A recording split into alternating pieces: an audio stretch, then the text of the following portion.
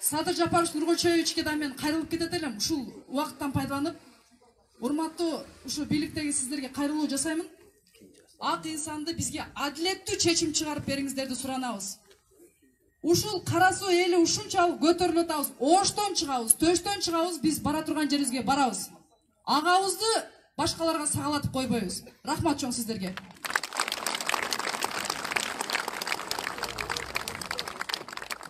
Кыргызда өзү бизде мындай калды.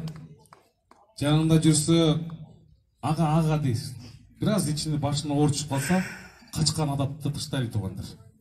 Ассаламу алейкум, аксакалдар, энелер, эжелер. Барыңыздар, келипсиздер. Райымбек Исмаиловду болдук. Недебиз биз дагы Кара Суу районунун Мадай өкмөтүнөн келдик. Атай Райымбек Исмаиловду угуп, мына бийлик бир акыйкат чечим чыгарып берсин деп митингге келдик. Буюрса, бул жерде бүгүн бийлик жактан действие болбой турган болсо, биз Бишкекке чейин барабыз. Бишкекке да кеткен атабыз. Бүгүн бизге акыйкат чечим чыгарып бербесе, эл мына толкуп турат. Азыр көпчүлүгү да келе элек. Кудай кааласа келсе, биз чыгабыз. Бишкекке чейин барып, Райымбек Исмаиловду акталышын, акыйкат чыгарып беришин биз бийликтен талап кылабыз.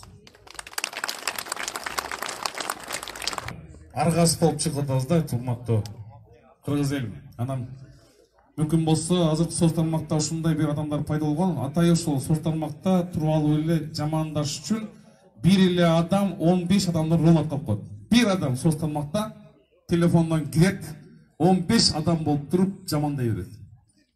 Мына ушуларды хейтер деп коет. Аксакал, келиңиз. Сапарыбызды кийинки администрация жактырабыз, азыркы шарттар коюлган. Мүмкүн болсо келиңиздер, провокация алынган кийинки инсандар болуп калышы мүмкүн. Аларга жол бербеңиздер. Барыңыздарга чоң рахмат. Келиңиздер, ушул оң жак менен баралы. Кетмей жок. Келиңиздер.